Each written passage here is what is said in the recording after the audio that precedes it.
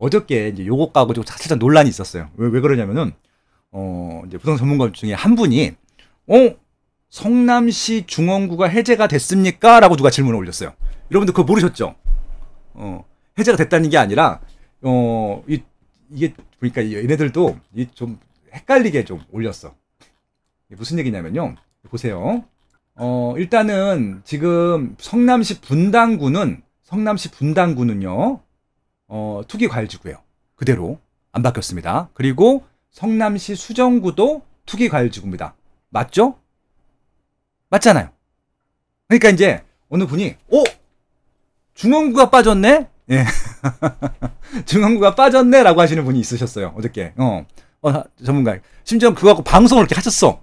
중원구 빠졌다고. 근데 중원구는 안 빠졌는데? 라고 했는데 헷갈리게 해주겠어요. 여기 그러니까 보통 성남시, 분당구는 보통 따로 가고 성남시 수정구, 중원구를 같이 갔는데 중원구가 없다 보니까 해제가 됐다고 생각을 한 거예요. 근데 다시 말씀드리지만 어제 해제된 것은 빨간색을 쳐냈잖아요. 안성, 평택, 양주, 파주, 동두천 5개 시만 해제한 거야. 그렇죠. 예, 이해하시겠습니까? 그거만 해제한 것들이고. 그러면 중원구는요. 여기 성남이 남아있잖아요.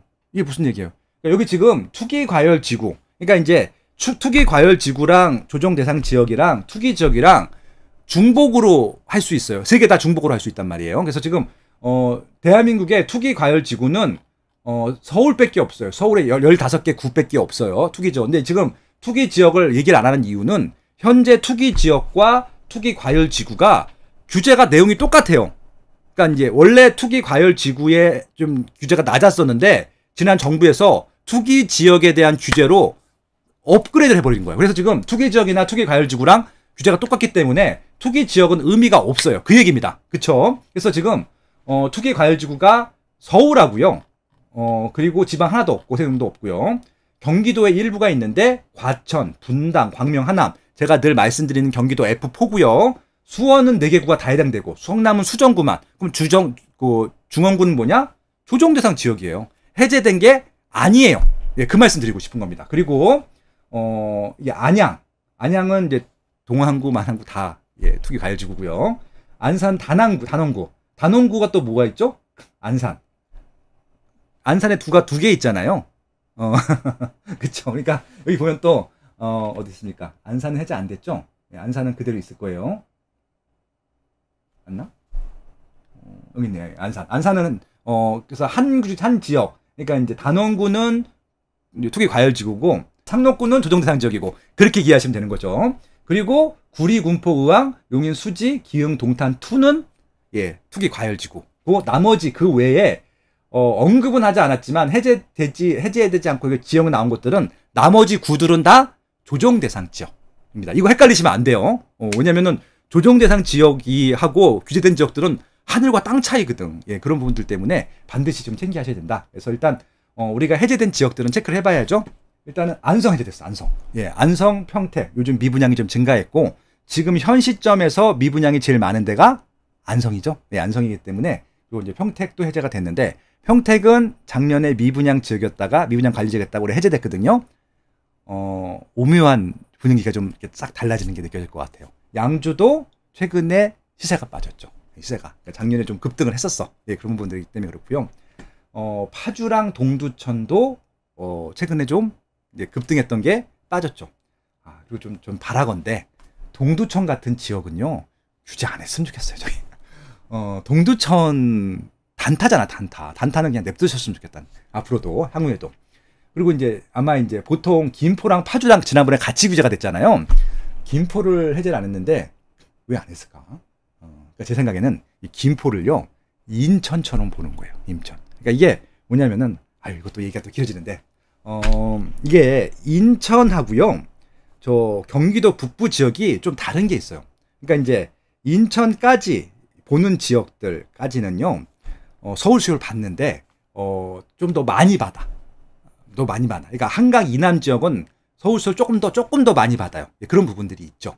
그래서 이제 그래서 파주하고 김포의 차이는 그 차이일 거다. 왜냐면 인천이 해제 안 했잖아. 인천은 그대로 규제적이잖아요. 그런 영향도 있을 것이다. 라는 말씀도 말씀드리겠습니다. 입지 분석을 하다 보면요.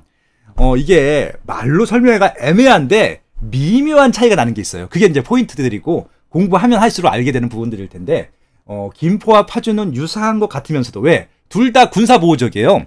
김포도 군사보호적이에요. 북한이 보입니다. 강화도 그쪽 가면 문수산 가면은 북한이 보여요. 파주에서도 북한이 보이지만 김포에서도 북한이 보인단 말이에요. 예, 그런 부분들. 그래서 근데 김포는 그래도 한강 이남이고 인천 같은 지역이잖아요. 특히 뭐 이쪽 한강 신도시라든지 풍무 사후지구 같은 경우는 검단이랑 아예 붙어 있으니까 그런 부분들도 있다. 그래서 아무튼 해제 안 하고. 근데 다음에 아마 해제하게 되면은 1순위일 것 같아요. 다음에 해제하게 되면은 그런 부분들이 있죠. 그리고 연수구, 남구, 서구가 투기 과열 지구에서 이제 조정 대상적. 이게 또 해제됐다고 규제적이 아니라고 또 하시는 분들이 가끔 있나 봐. 여기 옆에 보면 다 있어요. 그러니까 이게 얼핏 보면은 이게 약자라서 안 보이잖아요. 여기 연수구 있잖아요. 연수구. 그다음에 서자도. 그러니까 이게 서자 이런 게 안 보이잖아요. 그러니까 해제가 된 줄 알았는데 그게 아니라고요. 여기 다 있어요. 보통 투기과열 지구는 다 조정 대상 지역이에요. 특별한 경우가 없는 이상. 지금은 투기과열 지구는 100% 다 조정 대상 지역이라고 생각하시면 돼요. 그래서 인천에 하나, 둘, 셋, 넷, 다여, 일곱, 8개. 이 8개가 공통점이 뭡니까? 예. 이 책이잖아요, 이 책. 인천 부동산의 미래에 8개 구역을 다 분석했잖아요. 예. 이게 뭐 혹자는 빠숑이 8개 지역을 다 분석을 해놔서 규제적 해제를 안 하고 있다라고 하시는 분들도 있는데 그건 아닌 것 같고요. 아무튼 인천의 미래에 대해서는 저 책에 잘 설명해 놨으니까 필요하신 분들은 읽어보셔도 좋을 것 같고요. 그래서 아무튼 조정 대상 지역이기 때문에 달라진 건 딱 하나. 15억 이상 대출이 나온다. 그러면은 좋은 건 뭡니까? 연수구에 뭐가 있죠? 송도가 있잖아요. 송도들도 송도도 15억 이상이 나온다.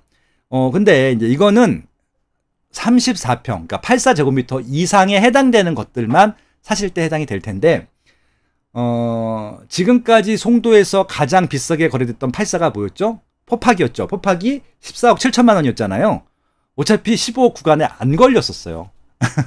예, 그런 부분들이 있기 때문에 아무튼 이거는 좀 달리 보셔야 된다. 그런 말씀이고요. 부산 다 해제됐습니다. 그리고 수성까지 해제되고도 광주, 대전 됐고 세종만 지금 조정 대상 지역으로 됐기 때문에 세종시는 다른 규제는 다 받는데 15억 이상 대출 규제만 안 받는다 정도 봐주시면 될 것 같습니다. 나머지 다 도지역들은 제가 어디 강력 규정했잖아요. 이건 도지역들은 왜 규제를 했는지 모르겠다. 특히 포항은 빨리 풀어주라고 좀 이게 지금 뭡니까 그 태풍 피해 때문에 장마 피해 때문에 심각한데 이런 것까지 딴지 걸면 안 된다라고 말씀드렸더니 바로 푼 것 같아요. 예, 그런 부분들. 예, 그래서 아무튼 그렇고요. 그래서 이렇게 이제 해제된 지역들에 대해서 일부 영향을 말씀드렸고 이게 뭐 10분, 20분 동안에 말씀드릴 그런 내용들은 아니기 때문에 기본적으로 좀 봐주시면 좋을 것 같고요. 마지막으로 제가 이제 오늘 아침에 칼럼을 쓴 게 있어요. 요거 좀 정리해드리고 마무리하면 되지 않을까 싶습니다. 뭐냐면은 일단은 분양권 전매에 대해서는 이게 원래 다른 규제가 있었기 때문에 다른 규제 2020년 5월 11일에 발표된 다른 규제가 있었기 때문에 해당 사항이 없다라고 하는 것들이고 그래서 일단 세금과 그리고 대출 규제에 대한 것들 중에서 혜택 보는 것들만 정리해드리고 마무리하도록 할게요.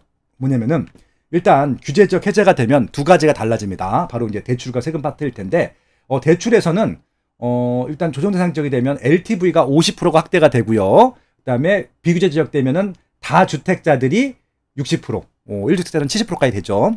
근데 중요한 건 뭐냐면은 뭐 풀팽님이 늘 잘 얘기해 주시지만 DSR이 또 안 풀렸어요. 이게 참 답답한 거죠. 예. 이게 그러니까 주관 기간이 다 다른 거예요. DSR은 또 어디 소속이야?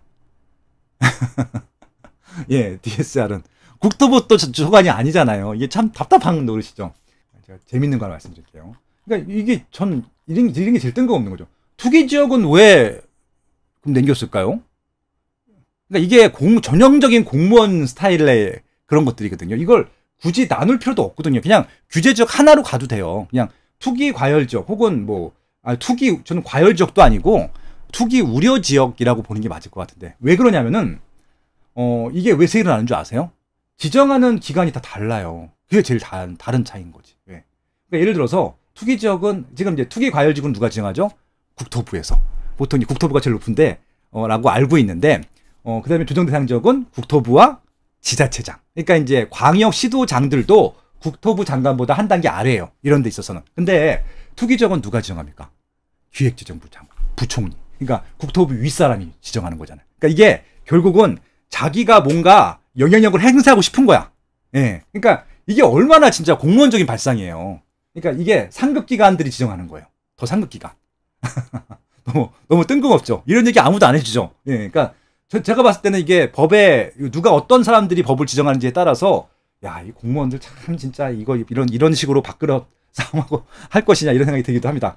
마찬가지로 DSR은 또 국토부에서 주관을 못 하는 거야, 이게. 그러다 보니까 여기를 넣을 수가 없어. 그러니까 LTV까지만 넣는 거잖아요. 그래서 나머지는 알아서 하는 거고. DTI는요. 어차피 DSR이 중요하지 DTI는 별로 중요하지 않잖아. 그래서 지금 1금융권에서 올 7월 달부터 바뀌었죠? 작년까지는 2억 원이었는데 올 7월 달부터 1억 원 이상 초과 받을 때 40% DSR. 그리고 2금융권은 50% DSR 받기 때문에 60%, 70%도 별 상관이 없다라고 하는 것들. 그래서 이거는 대출에 대해서는 규제 지역이든 지역이 아니든지 간에 뭐 아무튼 그렇습니다. 예, 그렇다는 얘기고. 세무입니다. 세무는 좀 많이 달라진 것 같아요. 그래서 이거는 국세청에서 굉장히 좋은 포스팅들이 많아요. 이건 좀 국세청에서 운영하는 포스트거든요. 그대로 그냥 긁고 왔어요. 그래서 뭐 일단은 이거는 쭉 읽어보시면 될 것 같아요. 읽어보시면 되는데 하나만 말씀드려요. 이게 왜냐면 나머지는 쭉 읽어보 이게 그리고 이제 이 방송이 뭐냐면은 투에이스님이 풀어주셨던 방송이에요. 뒤에 보시면 이제 PPT도 있는데, 그러니까 이게 그 규제적 해제되기 전에 방송한 것들인데도 내용이 다 담겨 있으니까 한번 보시면 좋을 것 같고, 오디오로 듣기 편하신 분들은 팟빵으로 들으시면 될 것 같고, 저는 그냥 이거 유튜브로 보세요. 오디오로 듣는 분들도 요즘 유튜브도 오디오로 들을 수 있잖아요. 그래서 그냥 유튜브로 하면 1, 2부가 다 들어있으니까 이거 들으시면은 찬찬히 들으시면은 일단 해당이 돼 있습니다. 근데 이제 하나만 포인트만 짚을게요. 뭐냐면은 이게 이제 여기 이제 국세청에서도 이거 하도 이제 따지시는 분들이 많으니까 이거에 대해서 빨간 줄을 쳐놨어요. 이 무슨 얘기냐면은 1세대 1주택 비과세 적용인데 이것들이 이제 혜택을 주는 것들인데 혼돈해야 되지 말아야 될 것이 뭐냐면은 양도 시점의 조정 대상들이 해제가 된다 하더라도, 왜냐면은 양도소득세는 양도소득 시점의 법이 중요하다고 말씀드렸잖아요. 근데 지금 조정 대상 지역이 아니라 비규제 지역인데 내가 이게 조정 대상 지역일 때 샀어. 예, 그런 분들은 2년 거주를 해야지 비과세가 가능하대요. 지금 조정 대상 지역에서 해제가 된다 하더라도. 그러니까 양도 당시 조정 대상 지역이 해제됐다 하더라도 기존 거주 요건은 적용돼야, 그래야 비과세가 돼요. 요거만 헷갈리시면 안 돼요. 그래서 이게 국세청으로 굉장히 클레임이 많이 걸리나 봐요. 그래서 근데 이것들 때문에 여기 지금 별도로 칠해놨으니까 요것들은 조심하실 필요가 있다. 그러니까 뭐냐면은 비규제 지역일 때 샀다 팔았다 하는 것들은 상관이 없어. 실고자져도 되는데 이게 그 조정 대상 지역일 때 샀던 분들 같은 경우는 지금 조정 대상 지역이 아니라 하더라도 살아야 돼. 예, 그런 부분들. 예, 그렇게 좀 이해하시면 될 것 같다라는 말씀입니다. 그래서 아무튼 좀 더 자세한 설명은 투에이스님께서 여기 유튜브로 잘 설명을 잘 해놓으셨으니까 한번 봐주시면 좋을 것 같습니다. 이거 한 5천 명밖에 안 보셨더라고요. 제 방송 보통 한 10,000명에서 20,000명 봐주시는데 이 방송도 한번 봐주시면 좋을 것 같습니다. 찬찬하게 잘 설명했으니까. 예, 그렇게 해서 여기 자료도 제가 다 공유해놨으니까 이 자료 보시면서 보시면 되고요. 아니 그냥 유튜브 보시면은 자료 띄워놓고 했으니까 유튜브 보시면 좋겠다라는 말씀을 드려보도록 하겠습니다. 네, 이렇게 해서 오늘 뉴스는 다 설명드렸습니다. 뭐 이 정도 설명드렸으면 다 된 거죠. 내년까지 다 말씀을 드렸고요. 더 자세한 얘기는 스마트 튜브 멤버십 이번 주 특강에서 설명을 드릴 테니까 그렇게 좀 해주시면 될 것 같고요. 예, 그리고 어제 그 재건축 재개발 실전투자법 온라인 강의 다시 한번 오픈했습니다. 이건 이제 실수시로 올렸고요. 재건축 재개발 정말 초기 기초 강의인데 FM대로 배우시는 게 맞을 것 같아요. 그래서 FM대로 가장 FM대로 설명해 주실 김정수 선생님이 했던 거 8시간 강의인데 정말 좋습니다. 이거 꼭 들어주시면 좋을 것 같고요. 왜냐면은 규제 지역 풀리게 되면은 재건축 재개발은 조금 더 탄력을 받을 가능성이 높거든요. 그런 부분들을. 왜? 투자자들이 들어갈 수 있으니까. 그래서 FM대로 배우시는 게 좋을 것 같다는 말씀을 드려보고 싶고요. 그리고 우리 클로이님의 토지 투자 기초 강의. 투자자들은 지금 할 거 없는데요. 이거 하시면 돼요. 이거 하시면 됩니다. 이게 대출과 금리와 여러 가지 세금까지 다 고려해서 다 설명을 드릴 거니까 4시간 정도 되는 좀 넘는데 아주 그냥 핵심적으로 확 찍어줄 테니까 말씀을 드려보시면 좋을 것 같습니다. 저 오프라인 강의는 뭐 말씀드린 대로 그냥 마감됐습니다. 그냥 더 안 받으려고요. 이제 좀 취소가 된다 하더라도. 왜냐면 저희 직원들이 피곤해서 나중에 이걸 이제 온라인으로 올릴 테니까 나중에 이제 오프라인 못 오시는 분들은 온라인으로 들어주시면 될 것 같습니다. 그리고 대출 강의 꼭 들어주시면 좋을 것 같고요. 여기까지 하겠습니다. 고맙습니다.